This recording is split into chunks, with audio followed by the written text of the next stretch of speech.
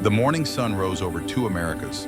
In a fifth-floor walk-up in Harlem, 12-year-old Daniel Santos opened his eyes to the sound of his sister coughing. The alarm clock on his nightstand had died weeks ago. No money for batteries, no money for anything. Through the thin walls, he could hear Mrs. Chen's television next door. The morning news anchors discussing stock markets and portfolios and numbers that meant nothing to people like him. Daniel sat up slowly, his back aching from the broken mattress springs. The apartment was cold. The heat had been shut off 3 days ago. Outside the grimy window, the city was waking up. Businessmen in suits, women in heels, people with meows and futures and hope. People who existed in a different world.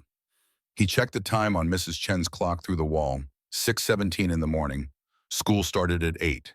He had 43 minutes to get himself and Lily fed, dressed, and on the subway. 43 minutes to pretend everything was normal. 43 minutes to be a 12-year-old playing at being a parent. Daniel walked to the kitchen. The refrigerator hummed its dying song. Inside, the light flickered weakly. Half a carton of milk, expired yesterday. 2 eggs, bread with mold creeping up one side. He took a knife and cut away the contaminated parts, trying not to think about what his mother would say if she could see this. But his mother couldn't see anything anymore. 6 months in the ground, and still he expected her to walk through the door. Still he set the table for 3 instead of 2. Still he woke up at 3 in the morning, thinking he heard her key turning in the lock.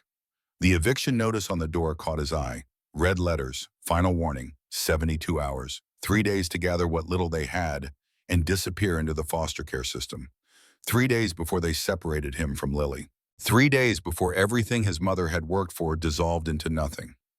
On the counter, untouched for 6 months, sat an envelope. Daniel stared at it the way a drowning man stares at a rope he doesn't trust. His mother had left it for him. Mrs. Chen had delivered it the day after the funeral, her old hands shaking, her eyes red from crying. "Your mama give this to me," she had said in her broken English. She say, "When things get bad, you open." She say, "Don't be afraid." 6 months, and Daniel had been too afraid to open it. What if it was nothing? What if it was a lie? What if it was one more hope that shattered like all the others? But now, standing in their freezing apartment, looking at moldy bread and expired milk, with an eviction notice on the door and his sister coughing in the next room, Daniel realized something. Things couldn't get worse. He picked up the envelope. Across the city, in a penthouse overlooking Central Park, Nathaniel Stone woke to silence. His alarm was a gentle vibration, not a sound. Jarring noises were for people who couldn't afford better. His bedroom was temperature controlled to exactly 68 degrees. His sheets were Egyptian cotton, 1,000 thread count, changed daily by a housekeeper whose name he couldn't remember. The morning light filtered through automated blinds that opened precisely at 6, giving him a view of the park below, where early morning joggers traced their paths like ants. Nathaniel sat up and checked his phone. Markets had opened in Asia. His portfolio was up $2.3 million overnight. Good. Not great, but acceptable. He had emails from London, Singapore, Dubai, all people who wanted something. All people whose lives he controlled with a word, a signature, a decision made between sips of $800 coffee. He rose and walked to his bathroom. Marble everywhere, gold fixtures, a shower with 7 heads and a control panel like a spaceship. The mirror was heated, never fogging, always showing him his reflection with cruel clarity. 45 years old, silver at the temples, face starting to show lines that his dermatologist said could be fixed with injections.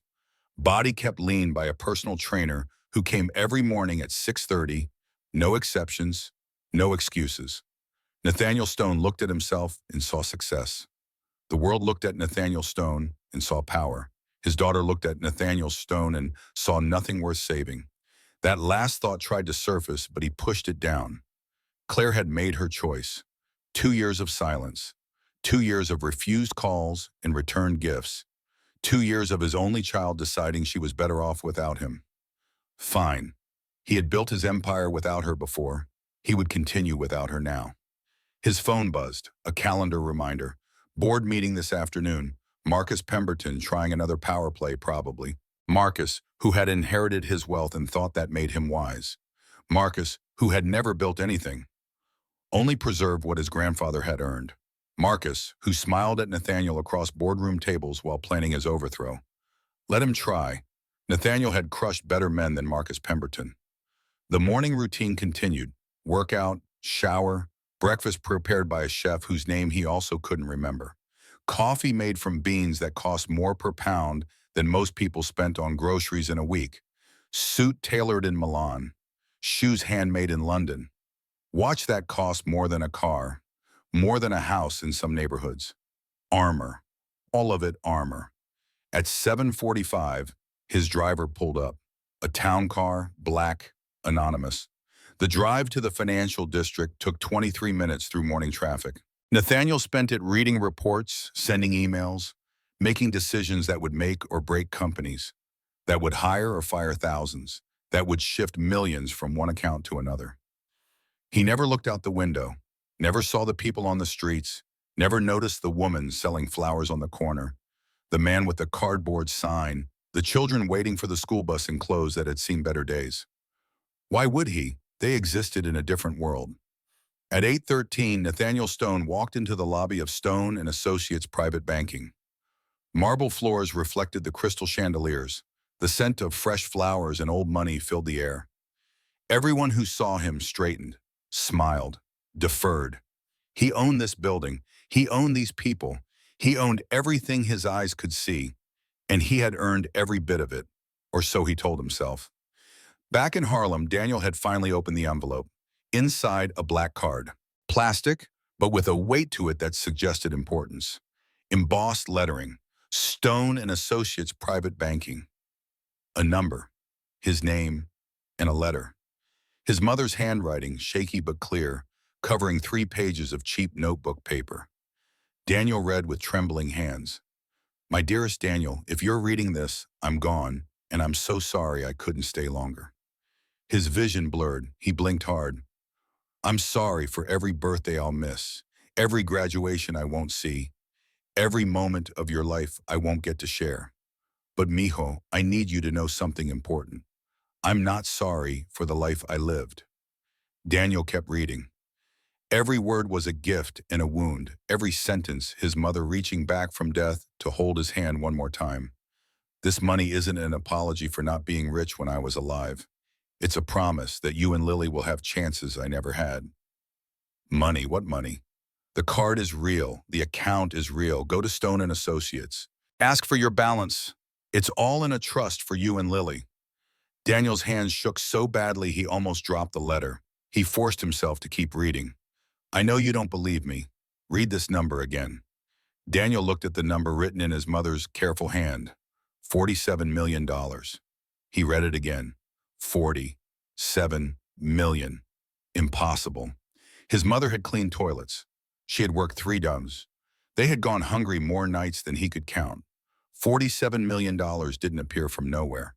Didn't grow on trees. Didn't fall from the sky into the hands of cleaning women who died too young. But the card felt real in his hands. The letter smelled like his mother's perfume, the cheap kind from the dollar store that she wore because she said even cleaning ladies deserve to smell nice. And the number was written 3 times, as if she knew he wouldn't believe it. The letter continued, money doesn't make you better than anyone. It doesn't make you smarter or kinder or more deserving of respect. The world will treat you differently now. Remember that the people who treat you well because you're rich are the same people who would have treated you badly if you were poor. Daniel thought about school, about the kids who pretended he didn't exist, about teachers who sighed when he asked for help with homework he hadn't been able to do because he'd been taking care of Lily, about counselors who looked at him with pity that felt like contempt. Be kind to people who work hard jobs. Remember that I was one of those people. He would. He would never forget. Money is just money. It's what you do with it that matters. The letter ended with her love, infinite and eternal, and Daniel sat on the kitchen floor and cried until Lily found him. Danny? Her voice was small, scared. Why are you crying? He looked at his 8-year-old sister, too thin, dressed in clothes from the church donation box. Hair that needed washing because they'd had no water for 3 days. Eyes that had seen too much sadness for someone so young. Mama left us something, he managed. Something big. What? A way out. By 9:30, Daniel and Lily stood outside a building that touched the sky, glass and steel rising up and up and up until it disappeared into the morning clouds. Stone and Associates Private Banking. People streamed in and out, all of them dressed like they belonged, all of them moving with the confidence of those who had never wondered where their next meal would come from. Daniel looked down at himself. Jeans from the donation pile at church, 2 sizes too big, held up with a rope belt. Sneakers with duct tape holding the soles on because new shoes cost money and food was more important. Jacket that was too small, showing his wrists, making him look like a kid playing dress-up in clothes he'd outgrown. Lily looked worse. Her coat had a rip in the sleeve. Her shoes were held together with more hope than material. Her face bore the smudge of dirt that wouldn't wash away because the building had no running water. "Danny, I'm scared," Lily whispered. "Me too." "Then why are we going in?" Daniel looked at his sister, thought about the eviction notice, thought about foster care, thought about men in suits telling them they'd be better off separated, thought about never seeing Lily again. Because Mama said not to be afraid. He took her hand. They walked through the revolving doors together. The blast of air conditioning hit like a wall. The temperature difference was shocking. Outside, summer heat. Inside, climate-controlled perfection. The smell changed too. Outside, the city smelled of garbage and exhaust and humanity. Inside, fresh flowers and leather and something else Daniel couldn't identify. The smell of money, maybe. The smell of belonging. The lobby was designed to intimidate. 30-foot ceilings, marble columns, crystal chandeliers that probably cost more than Daniel's entire building. Furniture that looked like art, too perfect to actually use. People in expensive suits speaking in hushed, important voices. Everyone looked at Daniel and Lily, not subtle glances, full stares. A woman in a designer dress whispered to her companion. A man in a suit frowned. Security guards shifted their positions, hands moving toward their radios. Daniel felt every eye, felt the weight of their judgment, felt himself shrinking, becoming smaller, becoming invisible the way his mother had been invisible to people like this. But he had promised Lily. He had promised their mother. He had promised himself. He walked to the reception desk, forcing his feet to move, even though every instinct screamed to run. The woman behind the desk looked up. Catherine Pierce, according to the nameplate. Blonde hair perfect as glass. Makeup applied with precision. Clothes that cost more than 6 months of Daniel's rent. She looked at Daniel the way someone might look at a stain on expensive carpet. "May I help you?" The words were polite. The tone was not. Daniel swallowed hard. "I'm here to check my account balance." Catherine's eyebrows rose a fraction. "This is a private banking institution. Perhaps you're looking for the commercial branch on 5th Street? I have an account here." "I see." Catherine's tone suggested she saw nothing at all. "And your name?" "Daniel Santos." She typed slowly, every keystroke a judgment. Her screen reflected in her face, showing nothing, revealing nothing. "I don't see an appointment. Do you have documentation, references, an account number?" Daniel pulled out the black card with shaking hands. He laid it on the marble counter. Catherine's expression shifted. Confusion replaced condescension. The card was clearly authentic. The embossing, the weight, the number, all genuine. But how did this child have a Stone and Associates card? "Where did you get this?" "My mother. She left it for me when she died." "Your mother's name?" "Maria Santos." Catherine typed faster now. Her face changed again. Shock? Surprise? Daniel couldn't read it. "I'll need to verify some things. Can you wait over there?" She gestured to a corner away from the main area, away from the important people, away from sight. Daniel and Lily walked to the indicated spot. Leather chairs they were afraid to sit in, a coffee table with magazines about wealth management and luxury travel and ways to spend money Daniel couldn't imagine having. They stood instead, holding hands, trying to take up as little space as possible. Around them, the business of banking continued. People came and went. Nobody looked at them directly now, but Daniel could feel the awareness, could sense the whispers, could hear fragments of conversation. How did they get in? Security should have stopped them. Probably lost, looking for directions. Or worse, Daniel's hands clenched into fists. Lily pressed closer to his side. It's okay, he whispered. We'll be out of here soon. But he didn't know if that was true, didn't know if the card was real, or the letter was a dream, or the number was a mistake. $47 million. It sounded like a fairy tale, like a story you told children to make them feel better about the reality of empty stomachs and cold apartments and futures full of nothing. The elevator across the lobby dinged. The doors opened. A man stepped out. The reaction was immediate.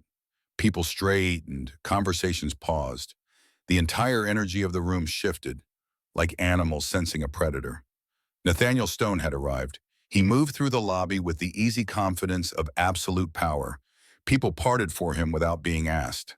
They smiled, they nodded, they made themselves small in his presence.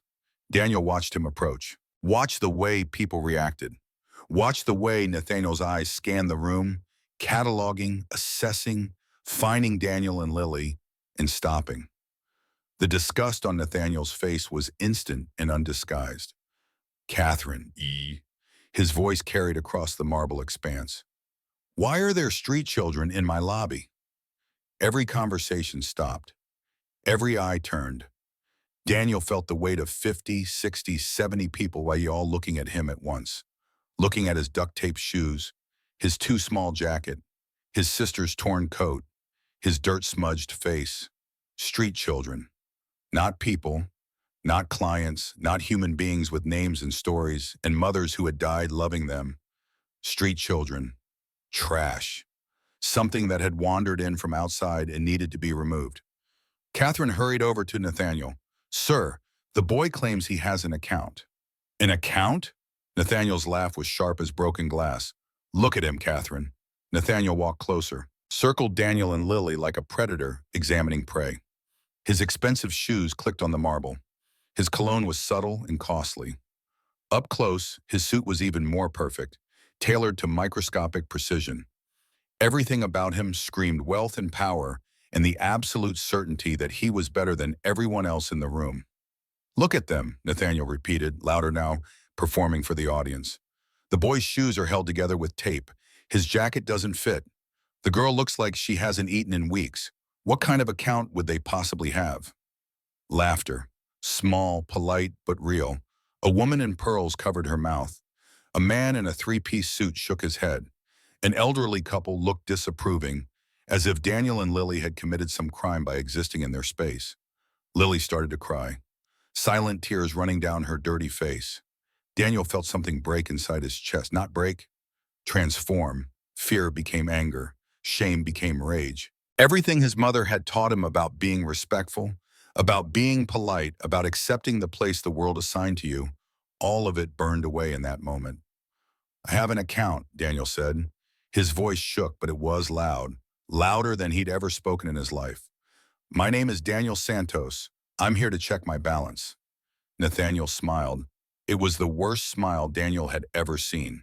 The smile of someone who was about to enjoy themselves very much. Come here, boy. Let's see this account of yours. Daniel walked forward. Lily tried to follow, but Daniel shook his head. Stay there, baby. He walked alone to Nathaniel's desk in the center of the lobby, the grand desk of the grand man. Behind it, Nathaniel settled into his leather chair like a king on a throne. Your name? Daniel Santos. Nathaniel typed with exaggerated patience, each keystroke deliberate, each second designed to humiliate. The keys clicked in the silence. Everyone watched. Everyone waited. Everyone anticipated the moment when this presumptuous child would be exposed. Daniel felt his heart pounding so hard he thought it might burst. Felt sweat on his palms despite the cold air conditioning. Felt the weight of his mother's hope and his sister's future and his own desperate need for this to be real. Nathaniel's fingers stopped. His eyes locked on the screen. For just a moment, just a fraction of a second, his expression changed. The smug certainty flickered. Something else appeared. Shock, disbelief, fear. Then the mask came back. Professional, controlled. But Daniel had seen it, had seen the crack in the armor. Well, Nathaniel's voice had changed, still condescending but less certain. It appears you do have an account. Murmurs around the lobby, confusion, interest. The energy shifted. Let's see what your mother, the cleaning woman, managed to save. Nathaniel looked at the screen again. This time the mask didn't hold. His mouth opened slightly. His eyes widened. Color drained from his face. That's impossible, he whispered. Catherine hurried over, looked at the screen over his shoulder and gasped. Her hand went to her mouth. Her eyes went to Daniel with an expression he couldn't read. Not pity anymore. Something else. Shock. Maybe respect. What's impossible? Daniel asked. Nathaniel didn't answer. He stared at the screen like it showed the end of the world. Around the lobby, people sensed drama. They moved closer. Phones came out. This was becoming a story, a spectacle, something to share on social media. Catherine leaned close to Nathaniel, whispered something. He shook his head. She whispered again, more urgently. He typed something, checked something, his fingers moving faster now, desperate. Finally, he looked up at Daniel. Mr. Santos? The words came out strangled. There appears to be, your account shows a balance of, he couldn't say it. Catherine said it for him.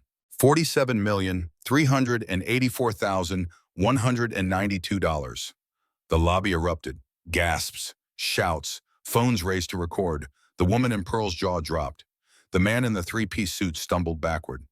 The elderly couple stared in disbelief. Daniel felt the world tilt. 47 million. Mama had been telling the truth.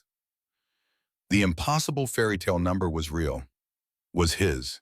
Was sitting in an account with his name on it. That can't be right, someone said. Check it again, someone else demanded. 47 million? The kid with the duct tape shoes? Is this a joke? Nathaniel sat frozen, his perfect world cracking around him. This dirty child, this street kid, this nobody he had just publicly humiliated, had $47 million. More than half the clients in this room. More than some people made in a lifetime. More than Nathaniel had earned in his first 15 years of banking. And everyone had watched him mock this child. Everyone had heard him call Daniel street trash. Everyone had seen him laugh. Everyone had recorded it. The video was probably already uploading. The story already spreading. By noon, Nathaniel Stone's humiliation would be everywhere. Daniel looked at Nathaniel. Looked at this man who had spent 5 years seeing his mother clean his office without ever seeing her as a person. Who had just spent 10 minutes trying to destroy a 12-year-old boy for entertainment, who measured worth in bank accounts and found everyone wanting. I just want to check my balance, Daniel said softly. That's all I came here for. Nathaniel couldn't speak, couldn't move, couldn't do anything but stare at this child who had just shattered his world. A new voice cut through the chaos. Nathaniel, what's going on here? Everyone turned. An older black man walked across the lobby with the calm authority of someone who had earned his position rather than inherited it.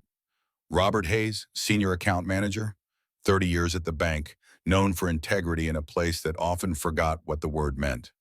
Robert, Nathaniel found his voice. This boy has an account. I can see that. Robert walked to Daniel, looked at him with kind eyes. Hello, son. I'm Robert Hayes. I knew your mother. Daniel's world tilted again. You did? Maria Santos, night shift cleaning crew. 5 years, one of the hardest working people I ever met. Around them, the chaos continued. People recording, people calling friends, people already posting on social media. But Robert ignored all of it, focused entirely on Daniel. She talked about you constantly. Said you were smart, said you took care of your sister, said you'd be something special someday. Daniel felt tears coming. She left us money. She did. A lot of money. Money she earned, money she planned for, money she wanted you and your sister to have. Mr. Stone said, Daniel couldn't finish. Robert looked at Nathaniel. The disappointment in his eyes was crushing. Mr. Stone made a mistake, a very public, very serious mistake, and now he's going to have to figure out how to fix it. He turned back to Daniel. But that's his problem, not yours. Right now, you and your sister need to eat something, need to sit somewhere quiet, need to talk about what comes next. Will you come with me? Daniel looked at Robert, looked at Nathaniel, looked at the crowd with their phones out, recording everything, turning his life into entertainment. He took Lily's hand. Yes, sir. Robert led them to the elevator. As the doors closed, Daniel caught one last glimpse of the lobby, of Nathaniel sitting at his desk, surrounded by chaos he had created, of Catherine trying to manage the crowd, of security guards looking confused, of wealthy people whose perfect morning had been interrupted by the reality that the world was more complicated than they pretended. The elevator rose, away from the marble and gold, away from the judgment and the cruelty, up towards something Daniel couldn't yet imagine. Behind them in the lobby, a phone buzzed, then another, then another. The video was already viral, already spreading, already making Nathaniel Stone famous for all the wrong reasons. And in his pocket, Daniel carried a letter from his mother. Instructions, warnings, wisdom. The people who treat you well because you're rich are the same people who would have treated you badly if you were poor. He understood now. He understood everything. The conference room on the 14th floor existed in a different world. Floor-to-ceiling windows showed Manhattan spreading out below like a kingdom made of glass and steel. The furniture was modern, comfortable in a way that cost money. The air smelled clean, filtered, perfect. A table held water in crystal glasses, fresh fruit arranged like art, sandwiches on real plates. Daniel and Lily sat in chairs that seemed designed to swallow them whole. Robert Hayes stood by the window, giving them a moment to breathe, to exist without being watched, to stop performing strength they didn't feel. Lily grabbed a sandwich, then another. She ate like someone who had forgotten what full felt like, because she had.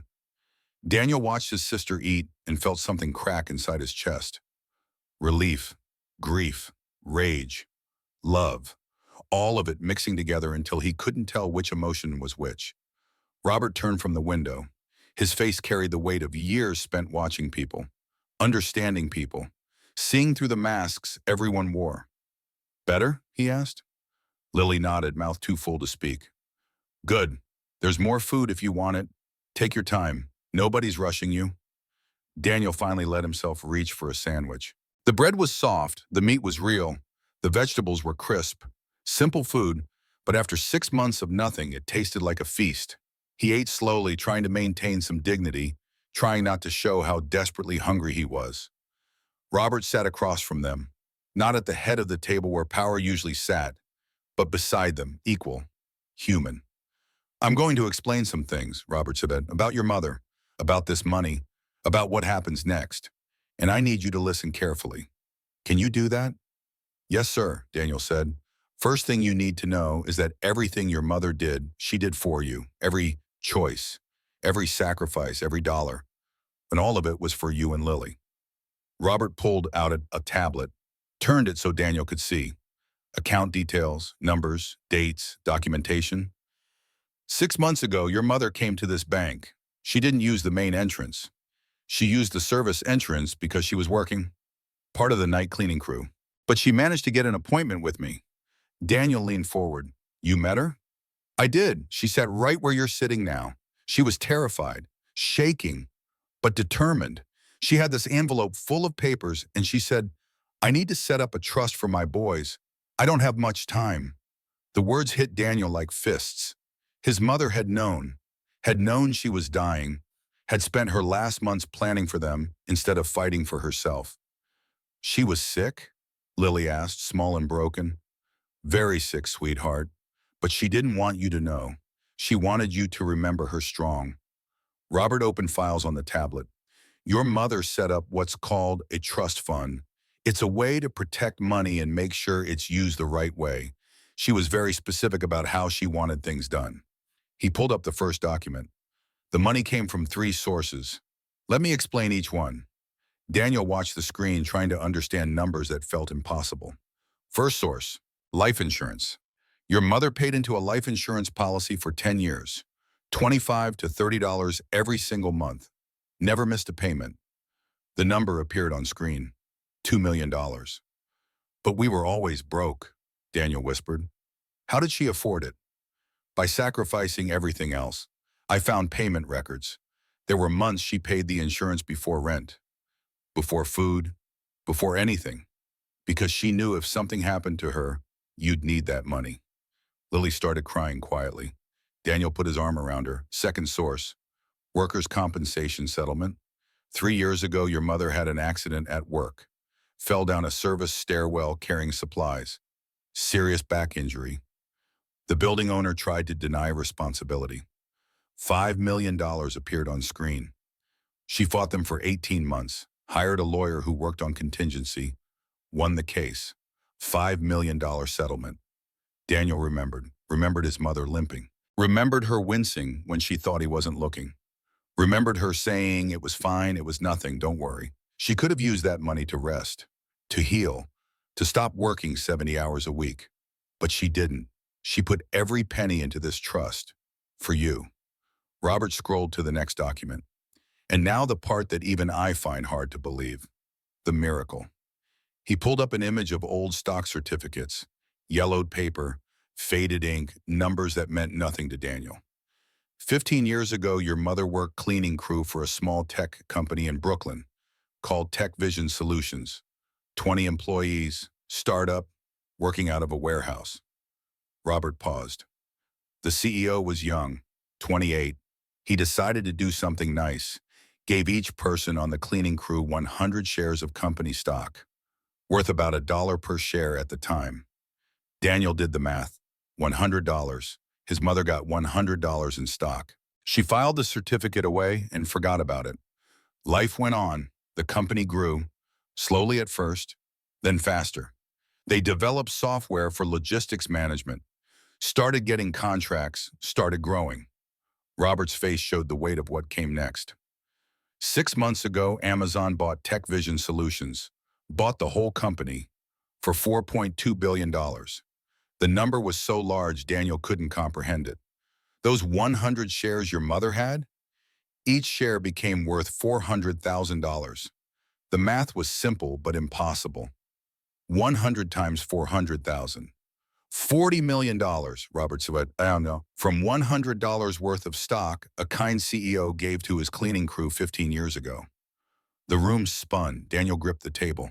$40 million from $100, from a gift someone gave his mother because she cleaned their warehouse. Did she know? Daniel managed to ask. TechVision's lawyers tracked down all the original shareholders. They found your mother 6 months before she died. According to the notes, she cried for 2 hours. Not because she was happy to be rich, because she finally knew you and Lily would be okay. Lily was crying harder now.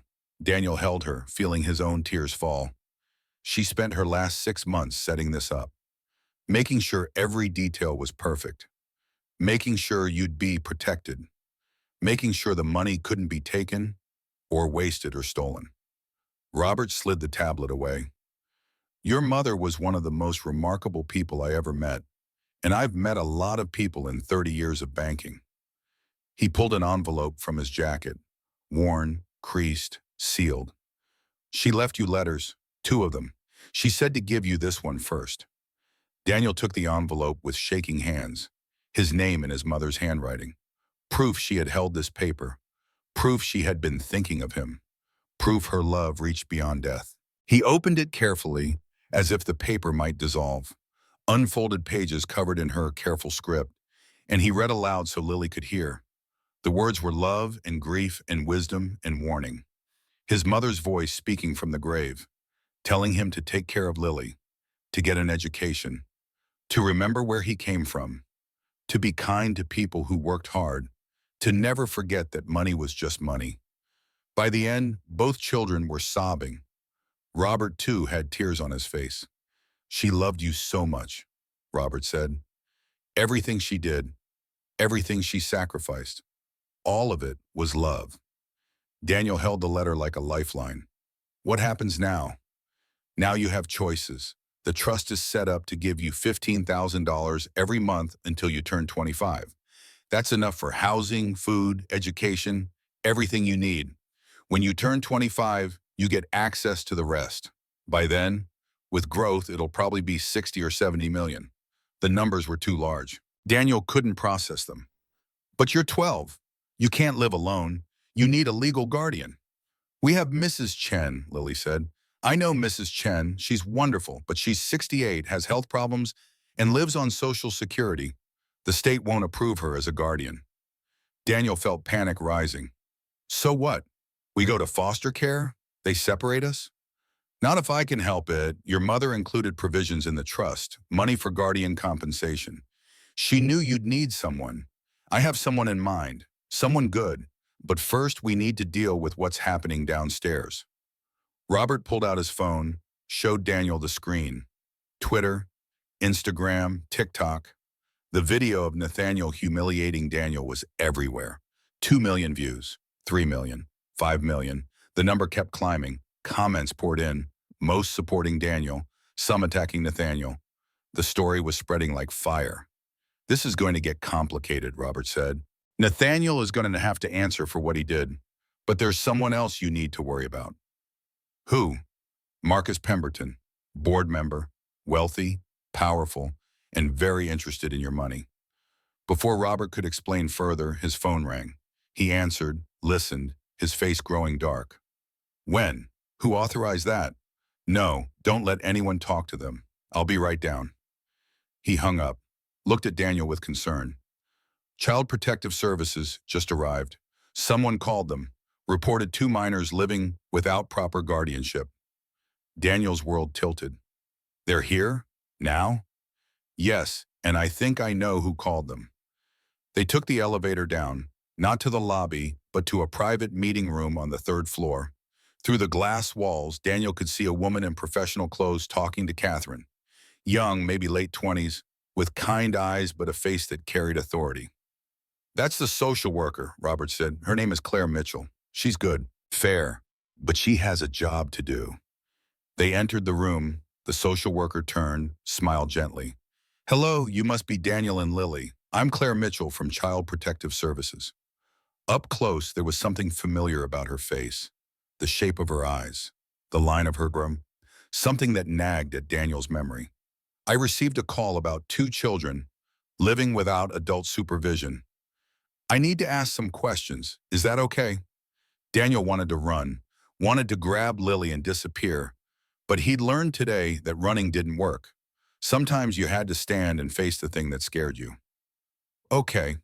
Claire sat, pulled out a tablet. Where are you currently living? Harlem, building on 102nd Street, apartment 4C. Is there an adult living with you? No, ma'am. Our mother died 6 months ago. I'm sorry, do you have any other family? No, ma'am. Who's been taking care of you? I take care of Lily, Miss Chen, our neighbor. She checks on us. Claire typed. How old is Mrs. Chen? 68. Does she live with you? No, ma'am. More typing. Each keystroke felt like a nail in a coffin. Daniel, you've done an incredible job, but you're 12 years old. You can't be Lily's legal guardian. So what happens to us? We find you a proper placement, an adult who can care for you. You mean foster care? Claire's face showed sympathy. Possibly, unless we can find appropriate family or another solution. Will you separate us? The pause before she answered told Daniel everything. I'll try my best to keep you together, but I can't promise. Lily grabbed Daniel's hand. Don't let them take me. I won't, Daniel said, even though he didn't know how to keep that promise. Robert stepped forward. Claire, there may be another option. The Children's Trust includes provisions for guardian compensation. If we could find someone qualified, the trust could pay for their care. Claire looked interested. How much compensation? $10,000 monthly plus housing allowance. That's substantial. Do you have someone in mind? I do. Helen Patterson, retired teacher, vetted as a foster parent. Excellent references. I can have her here in an hour. Claire considered. That could work, but I'd need to meet her, review her background, inspect the proposed living arrangements. Of course, Claire turned back to Daniel. This isn't immediate. We're not taking you anywhere today, but we will need to move quickly. And Daniel, I need to ask something. Are you aware of what happened downstairs, the video? Daniel nodded. That complicates things. You're about to become very public, very famous. People are going to want to talk to you, interview you, use you for their own purposes. Do you understand? I think so.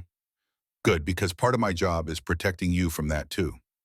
She stood, started to leave, then paused. Daniel, I need to disclose something. There's a conflict of interest in this case. What do you mean? Nathaniel Stone, the CEO downstairs. He's my father. The room went silent. Daniel stared at her, seeing it now. The resemblance, the same eyes, the same jawline. Nathaniel Stone's daughter was his social worker. I'm going to recuse myself, Claire continued. Have another worker assigned. It's not appropriate for me to handle your case given my relationship to someone involved. Wait, Daniel said. Are you like him? Claire looked at Daniel, really looked. What do you mean? Are you going to treat us like we're nothing because we're poor? Something crossed Claire's face. Pain. Old wounds reopening. No, I'm nothing like my father. Then please don't leave. If you go, they'll send someone who doesn't know us, someone who might not care, someone who might work with whoever called CPS on us.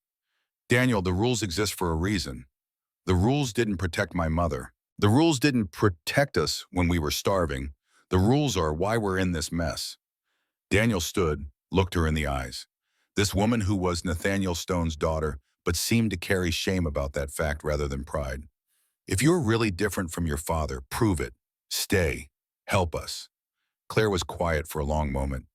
Daniel could see her struggling. Rules versus compassion. Protocol versus what was right. All right, she finally said. I'll stay, but I have to be transparent about my connection to Nathaniel. And I have to be completely fair. No favoritism. Do you understand? Yes, ma'am. Thank you. Claire sat back down. Let's talk about your living situation. The questions continued. Where they lived, what they ate, how they got to school. Every question revealing the depth of their struggle. Every answer making Claire's face more concerned. Finally, she closed her tablet. Here's what I'm recommending. Temporary guardianship with Helen Patterson. Pending approval. 90-day review period. Monthly check-ins with CPS. If everything is stable, we make it permanent until Daniel turns 18. What about the person who called you? Robert asked. The one who reported them? I can't disclose that. It was Marcus Pemberton, Robert said, board member here. He's trying to get conservatorship of the trust.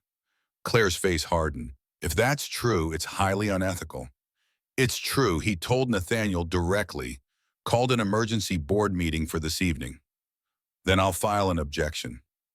Conservatorship isn't appropriate when there's a qualified trustee and guardian already in place. Will you be at the meeting? I can't. I don't have authority over financial matters. But you could testify, as the social worker on the case, say that the current arrangements are in the children's best interest. Claire thought about it. Yes, I could do that. Robert smiled. Then let me tell you about Marcus Pemberton and his very interesting history with trust funds. They talk strategy, Robert explaining Marcus's pattern of taking over trusts, charging enormous fees, enriching himself while claiming to protect the vulnerable. Claire taking notes, her face growing more disgusted with each revelation. Daniel watched them plan, watched adults finally fighting for him instead of against him. It felt strange, foreign, like learning a new language. A knock on the door, Catherine entered. Mr. Hayes, there's someone here. Helen Patterson. Says you called her. Perfect timing, send her in. The woman who entered was everything Daniel had hoped for and nothing he expected. Late 50s, black, with kind eyes and a no-nonsense expression. She wore simple clothes and carried herself with the quiet dignity of someone who had nothing to prove. Robert, she said warmly, you said there were children who needed help. Helen, thank you for coming. These are Daniel and Lily Santos. Daniel, Lily, this is Helen Patterson. Helen looked at the children, not the way Nathaniel had looked at them, seeing dirt and poverty and something to mock. Not the way the lobby crowd had looked at them, seeing entertainment and spectacle. She looked at them and saw people, saw children, saw human beings who deserve kindness. Hello, she said softly. I heard your mother passed. I'm very sorry. Thank you, Daniel managed. Robert tells me you might need someone to help take care of you. We can take care of ourselves, Daniel said automatically. I'm sure you can. You've been doing it for 6 months. But maybe you shouldn't have to. Maybe you deserve to just be kids for a while. The words hit something deep inside Daniel, a longing he hadn't let himself feel. To be a kid, to not be responsible for everything, to let someone else worry about rent and food and keeping Lily safe. Why would you help us? He asked. You don't know us. I don't, but I know what it's like to lose someone you love. My husband died 10 years ago. My children are grown and gone. I have an empty house and too much time and a need to matter again. She knelt down to Lily's level. What do you think, sweetheart? Would you like me to help take care of you? Lily looked at her with those two old eyes. Will you be nice? I'll try my best. Will you make us leave if we're too much trouble? Helen's face showed pain. Oh, honey, no. If I do this, I do it all the way. No giving up, no quitting. We figure it out together. Lily looked at Daniel. I like her. Daniel studied Helen, trying to see the trick, trying to find the angle, trying to understand what she wanted. But her eyes were clear, her expression open. She looked like someone telling the truth. Okay, Daniel said. Okay. Claire stood. I'll need to do a background check. Interview references. Inspect your home. Of course, Helen said. Whatever you need. Robert's phone rang. He stepped away to answer. When he came back, his face was grim. The board meeting just got moved up. 6 p.m. today, 1 hour from now. Marcus is pushing for an immediate vote on conservatorship. Claire checked her watch. I need to file my objection. Can you get me the paperwork? Already done. It's with the court clerk. Then I'll go testify that conservatorship isn't in the children's interest. Good. I'll handle the financial arguments. Helen looked at Daniel. What can I do? Daniel thought about his mother, about 5 years of cleaning Nathaniel's office, about being invisible, about being overlooked and underestimated and dismissed. He thought about the viral video, about millions of people watching his humiliation, about the power of attention and the weapon of shame. I need to make a video, Daniel said. Everyone looked at him. A video? Everyone's watching now. They care. They want to know what happens, so let's tell them. Let's tell them about Mama, about the money, about Marcus trying to steal it. Let's make people care. Robert smiled. That's smart. Very smart. But I don't know what to say. Yes, you do. Tell them your mother's story. Tell them the truth. That's all you need. They set up quickly. Catherine brought her phone with its professional camera. They used the conference room as a backdrop, the city visible through the windows. Robert coached Daniel on where to look, how to speak clearly, how to be himself. Just tell the truth, Robert kept saying. Truth is the most powerful thing you have. Catherine hit record. Daniel looked at the camera, thought about his mother, about Lily, about the future that hung in balance. And he began to speak. My name is Daniel Santos. I'm 12 years old. 6 months ago, my mother died. She was a cleaning woman. She worked 3 jobs my whole life. She never complained. She just loved us. The words came easier than he expected. Maybe because they were true. Maybe because he'd been holding them in for 6 months and they needed to come out. He told them about the envelope, about the letter, about $47 million that shouldn't exist but did, about his mother's sacrifices, about cleaning toilets and saving pennies and planning for children who would never have to struggle the way she had. He told them about coming to the bank, about Nathaniel's cruelty, about being called street trash, about the humiliation, and then he told them about Marcus Pemberton. Right now, a man named Marcus Pemberton is trying to take control of my money. He says it's for my protection. He says children can't manage $47 million. But what he really wants are fees, lots of fees, money that would come from what my mother billed. Daniel leaned forward. My mother didn't work herself to death so some rich man could get richer. She did it for me and Lily. She did it so we'd have chances she never had. And I'm not going to let anyone take that away. He looked directly at the camera, at the millions of people who would watch. My mother said money is just money, that it's what you do with it that matters. I'm going to use this money to help other families. Families where parents work 3 jobs and still can't make it. I'm starting a foundation. The Maria Santos Foundation. For people like my mother. For invisible workers.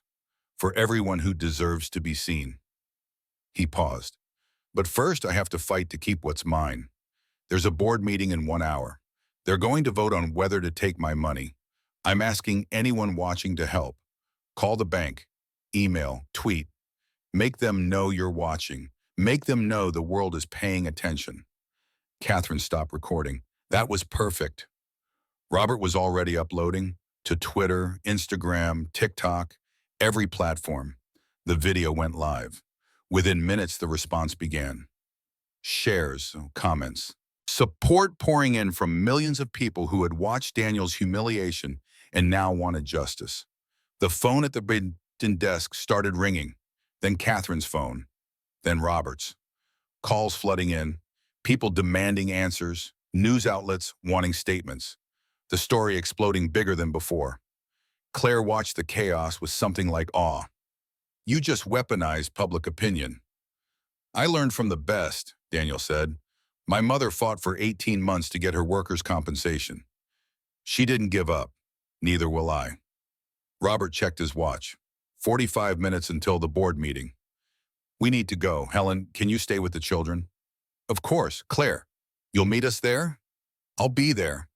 They were moving toward the door when it burst open. Nathaniel Stone stood in the doorway. His perfect hair was disheveled. His perfect suit was rumpled. His perfect face showed cracks. I need to talk to Daniel, he said. Everyone tensed. Helen moved in front of the children protectively. Robert stepped forward. Nathaniel, now is not the time. Please. The word came out broken. Just give me 5 minutes. Daniel looked at this man who had destroyed him in front of a crowd. This man who was Claire's father. This man who his mother had seen every night for 5 years. We know. Because I need to apologize. Because what I did was unforgivable. Because your mother deserved better, and so do you. The room was silent. Everyone watching. Waiting. Daniel thought about his mother's letter. About kindness. About seeing people. About being better than those who hurt you. 5 minutes, he said. Helen started to protest. Daniel shook his head. It's okay. Everyone left, except Daniel and Nathaniel, father and son of a sort, destroyer and destroyed, two people whose lives had collided and would never be the same. Nathaniel sat down slowly. He looked older than he had that morning. The weight of shame and consequences aging him in real time. I don't expect forgiveness, he began. I don't deserve it. What I did to you was cruel, was wrong, was everything ugly about this industry and this world. He looked at his hands. Your mother worked here for 5 years, cleaned my office every night, and I never once spoke to her, never thanked her, never saw her as a person. I know, Daniel said. She wrote about it in her letter. She said people like you measure worth by bank accounts instead of character. Nathaniel flinched. She was right. Why are you telling me this? Because an hour ago my daughter called me. First time in 2 years. She said she was representing you in the CPS case. She said if I wanted any relationship with her, I needed to become someone worth knowing. Nathaniel looked up, eyes wet. I've spent my whole life building an empire, but I built it on cruelty, on treating people like numbers, on being the kind of man your mother saw through. What do you want from me? Nothing. I want to give you something, support. In the board meeting, against Marcus. Your mother spent 5 years invisible in my bank. The least I can do is make sure her children are protected. Daniel studied him, looking for the lie, looking for the angle. But Nathaniel just looked tired, broken, real. Okay, Daniel said, but this doesn't mean we're friends. I know, and it doesn't undo what you did. I know that too. But my mother also said, everyone deserves a chance to be better. So I'm giving you that chance. Don't waste it. Nathaniel nodded, stood, walked to the door, paused. Your mother was worth 100 of me. I'm sorry I never told her that. Then he was gone. Daniel sat alone in the conference room, looked out at Manhattan, at the city his mother had worked in and struggled in and ultimately conquered through love and sacrifice and impossible planning. Somewhere out there, Marcus Pemberton was preparing his arguments. Somewhere, a board was gathering to decide Daniel's fate. Somewhere, millions of people were watching and waiting. But in this moment, Daniel felt something he hadn't felt in 6 months. Hope. His mother had planned for this. Had known there would be people like Marcus. Had known Daniel would need help. Had put pieces in place that were only now revealing themselves. The conference room door opened. Lily ran in, followed by Helen. Danny, Robert says it's time. Daniel stood, took his sister's hand, looked at Helen. Ready? Helen asked. Ready. They walked toward the elevator, toward the board meeting, toward the fight that would determine everything. Behind them, the city sparkled in the fading light. Millions of lives, millions of stories. And in that vast tapestry, two children who had been invisible were suddenly seen. The elevator doors opened. They stepped inside. As the doors closed, Daniel caught his reflection in the polished metal. Dirty clothes, duct tape shoes, face that still showed traces of poverty and pain, but also determination, strength, the legacy of a mother who had loved fiercely enough to change the world. The elevator descended, toward battle, toward justice, toward whatever came next. And Daniel Santos, 12 years old, orphaned and poor and suddenly rich, was ready. The boardroom existed on the 47th floor, high above the chaos of the lobby, high above the streets where Daniel had struggled, high above the world that most people lived in. 9 leather chairs surrounded a table made from wood that probably cost more than a car. Crystal water glasses caught the light from chandeliers. The walls held portraits of men who had built this institution. All men, all white, all wearing expressions of supreme confidence in their own importance. Daniel stood in the doorway with Robert and Claire. Helen waited outside with Lily, ready to testify if needed. The board members were already seated, already judging. Marcus Pemberton sat at the head of the table like a king holding court. 58 years old with the kind of face that came from generations of wealth. Silver hair perfect. Suit that probably cost $10,000. Watch that cost more. Everything about him screamed old money, inherited power, unearned certainty. He smiled when he saw Daniel. The smile of a predator who had already won. Ah, the young Mr. Santos. How kind of you to join us. Nathaniel was there too, sitting apart from the others. He looked at Daniel, gave a small nod. Daniel didn't return it. Robert stepped forward. Marcus, I'm invoking trust protocols. As trustee and account manager, I have the right to present before decisions affecting the Santos Trust. Of course, Marcus said smoothly, though I question whether a 12-year-old child should be present at a board meeting. This meeting is about his future. He has every right to be here. Marcus shrugged. Very well, let's proceed. Daniel sat between Robert and Claire. The chair was too big for him. His feet didn't touch the ground. He felt small and young and terrified. But he thought about his mother, about 5 years of night shifts, about 3 jobs, about sacrifice that had built $47 million from nothing. He could be brave for 5 more minutes. Marcus called the meeting to order. Ladies and gentlemen, thank you for gathering on such short notice. Today we face an unusual situation, a $47 million trust with 2 minor beneficiaries and no proper adult oversight. They have oversight, Robert interrupted. I'm trustee. Helen Patterson is guardian candidate. Claire Mitchell is CPS oversight. A guardian candidate who hasn't been approved yet. A social worker who is the daughter of our CEO, creating obvious conflict of interest. And you, Robert, who has demonstrated questionable judgment in allowing this spectacle to unfold. Marcus pulled up a screen showing the viral video. 2 million views and counting. Our bank is now famous for all the wrong reasons. Clients are calling. Investors are nervous. We're trending on social media as the bank that mocks poor children. He let that sink in. This happened because proper protocols weren't followed, because emotions overrode prudence, because we allowed a complicated situation to become a circus. Daniel felt eyes turning to him, blaming him. I propose we fix this, Marcus continued, by appointing a professional conservator to manage the trust until Daniel turns 18. Someone with experience, someone qualified, someone who can protect these assets from mismanagement. Someone like you? Robert asked. Yes, like me. I've managed 17 trusts over my career, protected billions in assets. I have the expertise these children need. You've also charged those trusts an average of 2% annually in fees. On $47 million, that's $940,000 per year. Almost $1 million for doing what Robert already does for free. Marcus's smile didn't waver.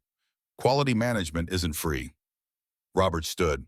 Let me tell you about Marcus's quality management. In the last 5 years, he's overseen 4 trusts for elderly clients. All 4 saw mysterious administrative fees totaling millions. All 4 clients are now deceased. All 4 times the fees were quietly settled by families who didn't want to fight. Are you accusing me of something, Robert?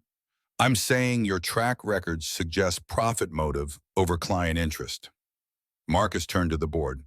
Robert is emotional, attached to these children in an inappropriate way. He can't see clearly, but we must. We have a fiduciary duty. He pulled up more documents.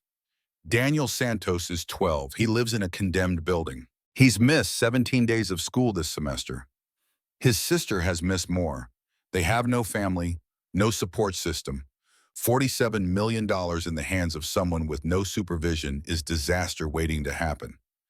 They have supervision, Claire said. I'm providing it. You're Nathaniel Stone's daughter. This case involves your father's bank. That's textbook conflict of interest. Claire's face hardened. I disclosed that conflict. I'm following every protocol, and my professional opinion is that conservatorship is unnecessary and potentially harmful. With respect, Ms. Mitchell, your judgment may be clouded by your estrangement from your father. You may be using these children to punish him. Claire stood up so fast her chair rolled back. How dare you? I dare because I'm trying to protect $47 million and 2 vulnerable children. The room erupted, board members arguing, Robert defending, Claire objecting. Marcus sitting calmly, letting chaos reign, knowing that confusion favored his position. Daniel watched it all, adults fighting over him, over his future, over money his mother had earned by cleaning their toilets. And something inside him broke free. Not broke, transformed. Fear became clarity. He stood up. Stop. His voice was small, but it cut through the noise. Everyone turned. All of you stop talking about me like I'm not here. Marcus smiled condescendingly. Daniel, the adults are trying to solve a complicated problem. The problem isn't complicated. You want my money. You're pretending it's for my protection, but really you want $900,000 a year to manage money you didn't earn. That's not fair. What's not fair is my mother working herself to death while you inherited everything. What's not fair is you pretending to care about me when yesterday you didn't know I existed. What's not fair is you trying to steal from orphans and calling it fiduciary duty. The room went silent. Daniel looked around the table, at faces that represented power and wealth and the kind of success his mother had cleaned up after. My mother worked here. Did any of you know her name? Silence. She was Maria Santos. She cleaned your offices, emptied your trash, scrubbed your toilets. For 5 years, she was invisible to every person in this room except Robert. He pointed at Nathaniel. You saw her every night, never spoke to her, never thanked her, never acknowledged she was human. Nathaniel looked down. Daniel turned to Marcus. And you want to manage her legacy, but you don't even know who she was. You don't care who she was. You just see numbers. Daniel, you're young. You don't understand how complex financial management can be. I understand that my mother saved $2 million on a cleaning woman's salary. I understand that she fought for 18 months to win $5 million in workers' compensation. I understand that she held stock certificates for 15 years instead of cashing them out. That takes discipline, planning, sacrifice. 3 things I don't see in this room. The words echoed. Daniel's voice stronger now, surer. She set up a trust with specific instructions. She chose Robert as trustee. She arranged for guardian compensation. She thought of everything. And you want to override her decisions because you think you know better. Daniel looked Marcus in the eyes. You don't know better. You just want her money. Marcus's mask slipped, just for a second, anger flashing through. I'm trying to protect you. From what? From the plan my mother made? From the people trying to honor her wishes? Or from the possibility that a poor kid might actually succeed? The door opened. Margaret Reynolds entered, 68 years old, retired judge, the conscience of the board. She'd been listening outside. I apologize for being late, she said. I wanted to hear young Daniel speak without my presence affecting him. I'm glad I did. She took her seat, looked at Marcus. Motion to conservatorship. I'd like to hear arguments. Marcus composed himself, launched into prepared remarks about fiduciary duty and risk management and proper oversight. He spoke for 10 minutes. Professional, polished, convincing if you did not know what lay beneath. Then Robert spoke about Maria's planning, about the trust provisions, about Helen Patterson's qualifications, about Claire's oversight, about how conservatorship would cost more and accomplish less. Then Claire testified about Daniel's resilience, about how separating financial management from the family unit would harm him psychologically, about how the current plans serve the children's best interests. Then Nathaniel stood. Everyone looked surprised. Nathaniel never spoke at these meetings unless absolutely necessary. He preferred to vote silently, to maintain his distance, to rule through presence rather than words. I need to say something, Nathaniel began. His voice was rough, uncertain, human in a way no one in that room had heard before. This morning I committed an act of cruelty.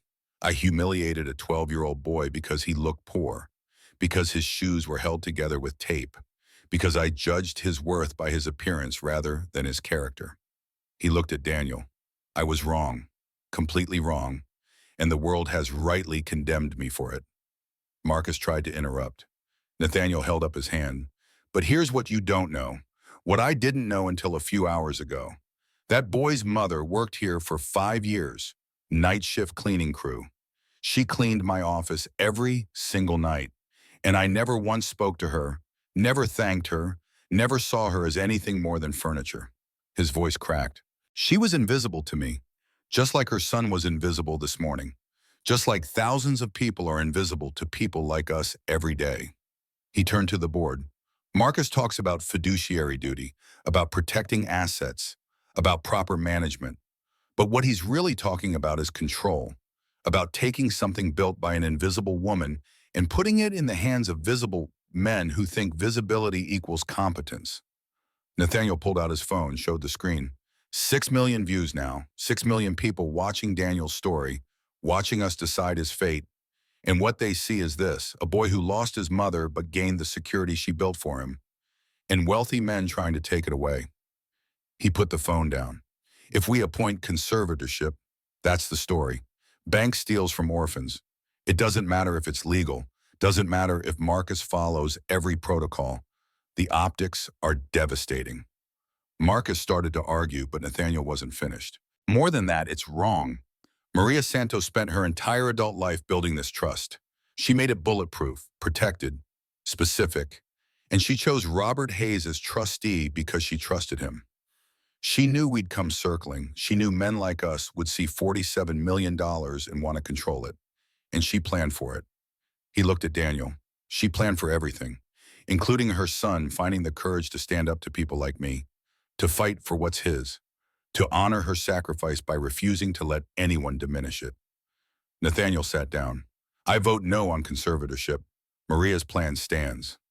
The room was silent. Outside, the sun was setting over Manhattan, golden light streaming through windows, illuminating faces, showing truth. Margaret Reynolds spoke. Let me tell you a story. 20 years ago, my daughter wanted to be a teacher. Her father said no.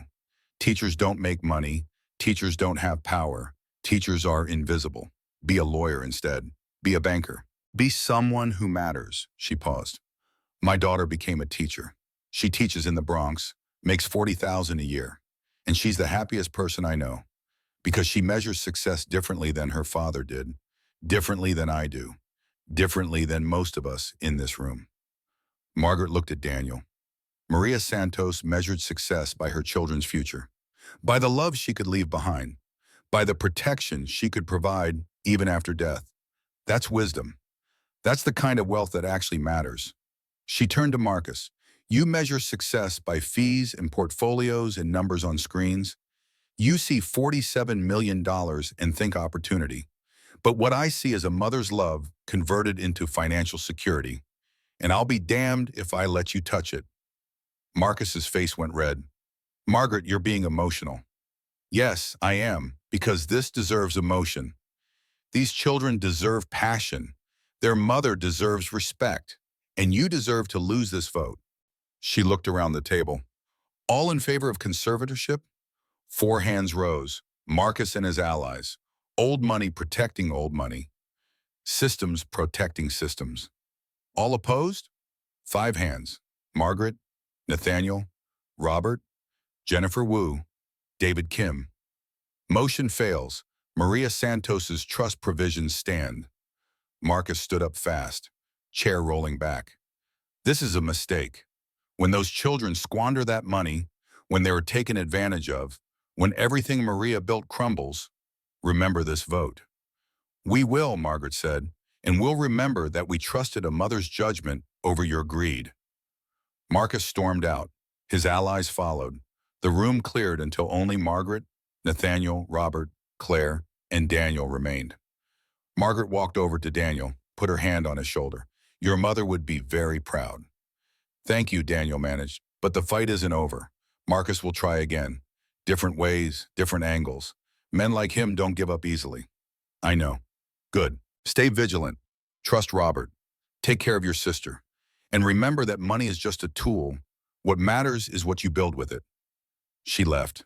Then Jennifer and David, both stopping to shake Daniel's hand, to tell him they'd voted for him not because of the video or the publicity, but because they'd actually read Maria's trust documents and seen the care she'd put into every provision. Finally, only Nathaniel remained. He stood awkwardly, not sure what to do, not sure what to say. Claire walked over to him. Her father, the man she hadn't spoken to in 2 years. They looked at each other across a distance that was measured in more than feet. You did the right thing, Claire said quietly. For once, you all saw him. It's a start. Nathaniel looked at Daniel. I can't undo this morning, can't take back those words. But I'm going to try to be better, and I'm going to make sure this bank treats people better. Service workers, cleaning crews, everyone we've overlooked. Why? Daniel asked. Because your mother spent 5 years seeing me at my worst, and still she believed I could be better. That's in her letter, the second one, the one you haven't read yet. Daniel's hand went to his pocket, the second envelope, the one marked when you're ready. How do you know about that? Robert told me. He thought I should know that Maria Santos, invisible cleaning woman, saw something in me worth saving, even after 5 years of being ignored. Nathaniel walked to the door, paused. There's going to be a ceremony. Next week, we're installing a plaque in the lobby for your mother and for all the workers who keep this place running. I'd like you to be there. Okay. Nathaniel left with Claire, father and daughter talking quietly, healing slowly, finding their way back to each other through the bridge that Daniel and Maria had unknowingly built. Robert put his hand on Daniel's shoulder. You did it. We did it. No, you stood up. You spoke truth. You honored your mother. That was all you. Helen appeared in the doorway with Lily. Is it over? It's over, Robert said. They won. Lily ran to Daniel, hugged him hard. You beat the bad guy? Yeah, baby, we beat the bad guy. Mama would be proud. Yeah, she would. They left the building together, out the front door this time, into the evening air. The city was alive with light and sound and movement. Millions of lives intersecting, millions of stories unfolding. And in that vast tapestry, 2 children who had been invisible were now seen. 3 months passed like a dream. The apartment Helen found was in a good neighborhood. Safe streets, working streetlights, buildings with heat and running water, and doors that lock properly. 3 bedrooms, kitchen with appliances that worked. Living room with furniture that didn't collapse when you sat on it. Daniel's room was his own space for the first time ever. Bed with a real mattress, desk for homework. Bookshelf slowly filling with actual books instead of library cards. Walls painted blue because Helen asked what color he wanted and actually listened to his answer. Lily's room looked like something from a magazine. Pink walls covered with her drawings. Stuffed animals that were new and clean. A toy box that held toys that weren't broken. Every morning she woke up and looked around like she couldn't believe it was real. Helen moved through the apartment like she'd always been there, cooking breakfast, helping with homework, enforcing bedtime, being the stable, loving presence they'd needed for so long. But she never tried to replace Maria, never asked them to call her mom, never pretended to be anything other than what she was. Someone who cared, someone who wanted to help, someone who was choosing to love them. School was harder than the apartment. Daniel enrolled in a good middle school where everyone knew his story. The viral video boy, the kid who'd stood up to a banker, the orphan with millions. Some kids wanted to be his friend because of the money. Some avoided him because of it. Some treated him normal. Daniel learned to tell the difference. He struggled academically. 6 months of survival had left gaps in his education. But tutors helped. Teachers helped. Slowly, painfully, he caught up, made progress, started getting grades that reflected his intelligence rather than his circumstances. Lily thrived immediately. Second grade was magical when you weren't hungry or scared. She made friends easily, brought home artwork, started reading chapter books, laughed in a way Daniel hadn't heard since before Maria died. Every night Helen cooked dinner, real food, vegetables and protein and enough for everyone. They sat together at the table, talked about their days, became something like a family. And every night before bed, Daniel and Lily talked to their mother. "Good night, Mama. We're okay. We're safe. We're together." 2 months in, Daniel opened the second letter. He waited until late at night, until Lily was asleep and Helen was in her room and the apartment was quiet. He sat at his desk with the worn envelope that had been burning a hole in his pocket for months.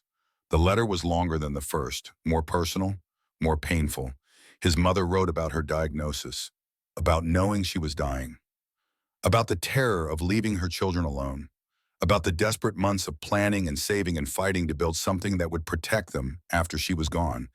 She wrote about the people she'd met, the lawyers and financial advisors and social workers who'd helped her navigate a system designed for people with money and education and power. How she'd learned everything from scratch.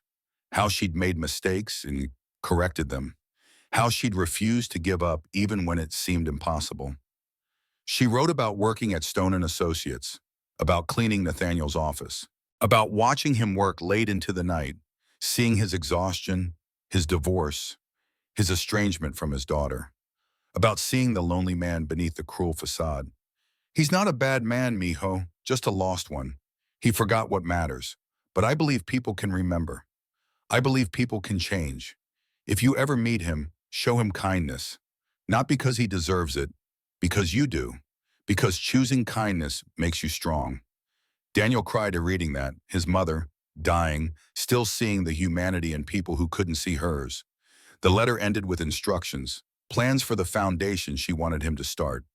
Names of organizations, causes she cared about, working families, invisible workers, children in poverty, all the people like her who struggled and sacrificed and deserved better.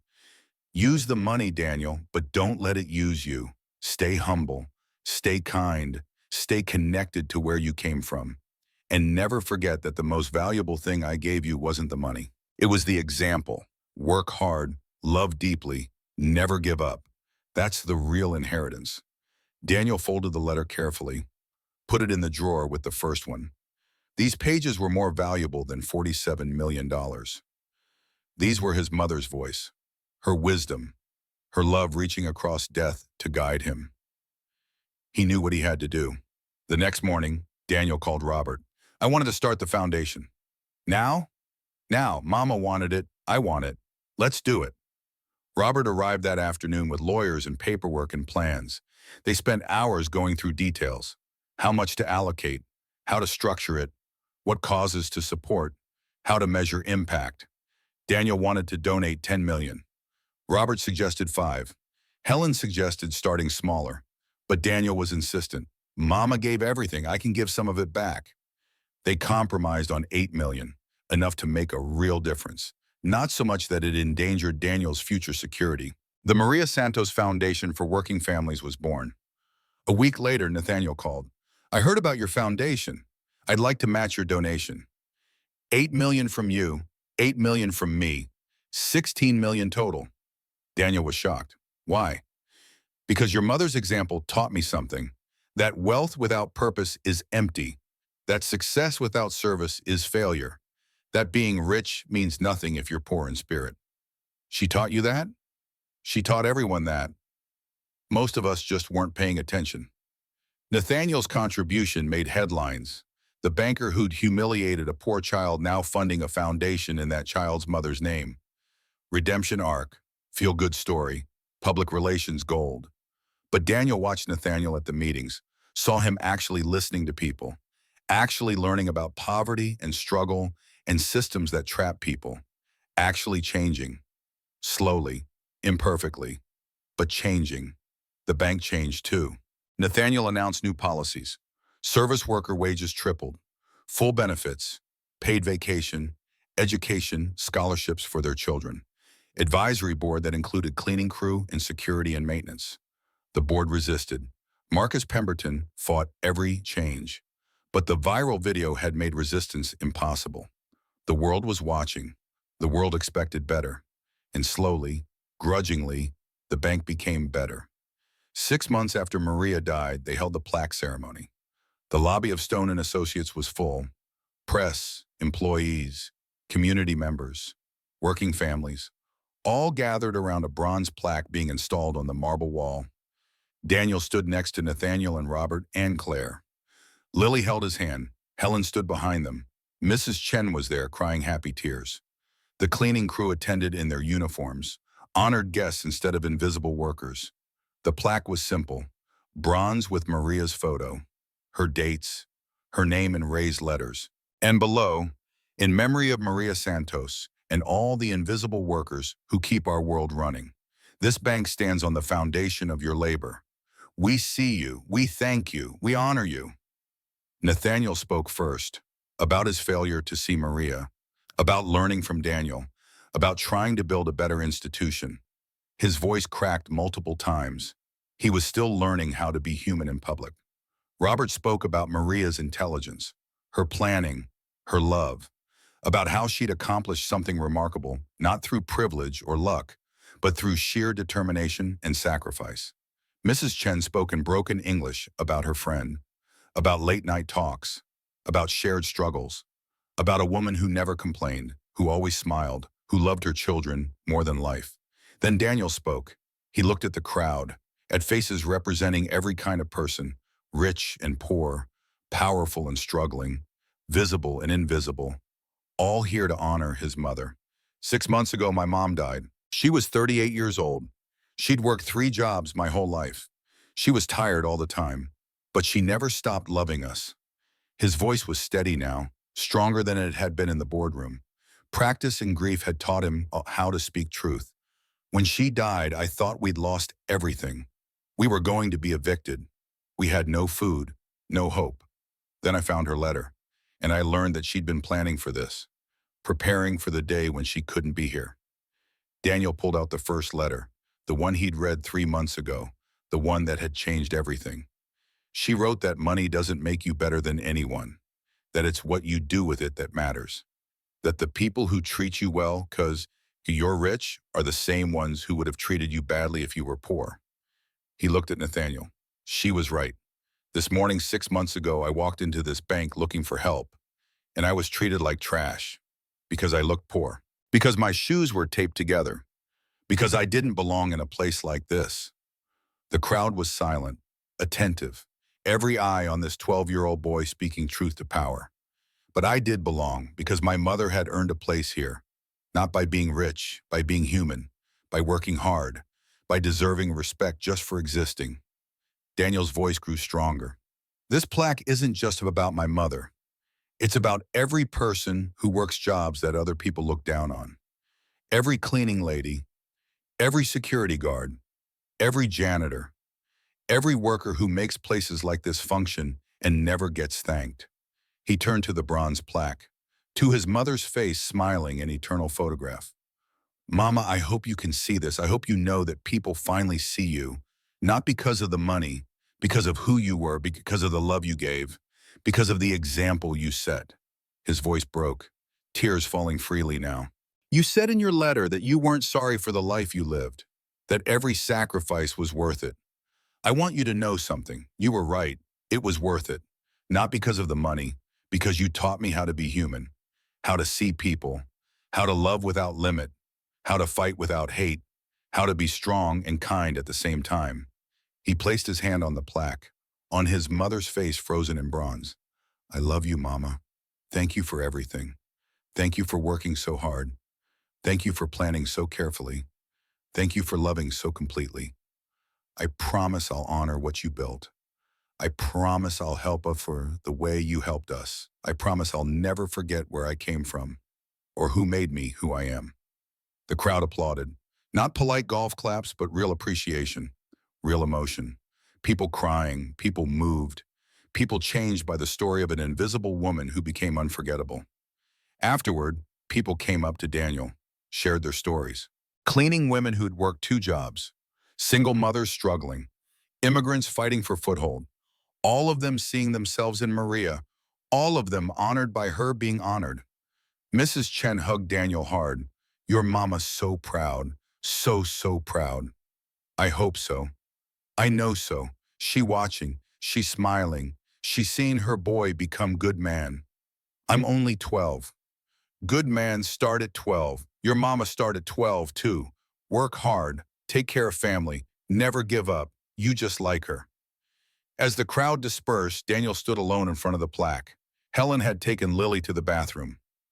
Robert was talking to reporters. Claire and Nathaniel were together, slowly rebuilding their relationship. Daniel looked at his mother's face, tried to remember her voice, her smell, her laugh. Already the memories were fading. Already she was becoming more idea than person, more legend than mother. I miss you, he whispered. Every single day, I miss you. A hand touched his shoulder. He turned. Nathaniel stood there, uncertain, human. She was remarkable, Nathaniel said. I wish I'd known her. You did know her. You just didn't pay attention. You're right, and I'll regret that for the rest of my life. Nathaniel looked at the plaque, at Maria's face. But maybe that's the point. Maybe regret can be useful. Maybe it can make us better. Mama believed people could change. She was more generous than most. Nathaniel paused. I'm stepping down, as CEO, announced it this morning. Daniel was shocked. Why? Because I'm 60. Because I've spent my life building the wrong things. Because I want to spend whatever time I have left doing something that matters. What will you do? Help with your foundation. If you'll have me, I don't expect pay, don't expect glory, just want to be useful. Want to honor your mother by becoming someone she wouldn't have been ashamed to know. Daniel thought about his mother's letter, about showing kindness to Nathaniel, about believing people could change. Okay, but you start at the bottom. You'll meet with families, hear their stories, understand their struggles. No shortcuts, no special treatment. Nathaniel smiled, a real smile, not the cruel one from the lobby, not the perfect one from boardrooms, but something genuine. Deal. 1 year after Maria died, Daniel and Lily returned to the cemetery. The headstone was simple. Maria Elena Santos. Her dates, in one line. She gave everything so we could have anything. They placed fresh flowers, sat on the grass, talked to her the way they did every week. Mama, we helped 347 families this year. The foundation is working, really working. People have food now, rent paid, kids in school, all because of you. Lily added her own thoughts about school, about friends, about Helen, about feeling safe for the first time she could remember. I'm 9 now, Mama. I'm doing good in school. Miss Helen says I'm smart like you. Danny takes care of me just like you wanted. We're okay. We're really okay. Daniel pulled out Maria's letters. Read them again. The words never got old, never stopped teaching him, never stopped loving him. He thought about the year, about the battle with Marcus, about Nathaniel's transformation, about the foundation launch, about Helen becoming family, about slowly, painfully, learning how to live in a world without his mother. I read the second letter, Daniel said, the one about Nathaniel. You were right, he changed, or he's trying to. He works at the foundation now, meets with families, actually listens, actually cares. Daniel paused. You saw that in him. When everyone else saw cruelty, you saw possibility. When everyone else saw a lost cause, You saw someone worth saving. How did you know? The wind rustled leaves. Birds sang. The city hummed in the distance. No answers from the grave. Just silence and memory, and the absence that never stopped hurting. I'm trying to be like you, Daniel continued, to see people, to be kind, to work hard, to love without holding back. It's hard sometimes, but I'm trying. They sat in silence, two children at their mother's grave, no longer invisible, no longer struggling, but still her children, still shaped by her sacrifice, still carrying her love. Finally they stood. Daniel touched the headstone one last time. Thank you, Mama, for everything, for the money, yes, but more for the example, for showing us how to be human, for teaching us that worth comes from character, not cash, for loving us so completely that your love outlived you. They walked toward Helen, who waited by the car, toward their new life, toward the future Maria had built for them. Behind them, the headstone stood silent, marker for a woman who'd been invisible in life but unforgettable in death. A woman who'd cleaned toilets and saved millions. A woman who'd worked 3 jobs and changed the world. A woman who had loved so fiercely that her love became 47 million reasons for her children to thrive. The sun set over the cemetery, golden light touching graves, illuminating names, honoring the dead who lived on in those they'd loved. And somewhere, perhaps, Maria Santos smiled, watching her children walk into the light, knowing they would be okay, knowing they would be more than okay, knowing that her sacrifice, her planning, her impossible love had done exactly what she'd intended, given her children a future, given them a chance, given them the tools to build something beautiful from the ashes of their loss. Money couldn't buy that, but love could, and love had. Years later, people would tell the story. The viral video boy, the invisible mother, the cruel banker who learned kindness, the foundation that helped thousands, the children who turned tragedy into purpose. But for Daniel and Lily, it was simpler than that. It was a mother who'd loved them, who'd seen them when the world didn't, who'd worked until she died to build them a future, who'd known she wouldn't be there, but made sure her love would be. That was the real inheritance, not the money, the love, always the love. And that, unlike bank accounts or viral videos or bronze plaques, would never fade, would never decrease, would never end. Love was eternal, and Maria Santos's love had proven it. The end.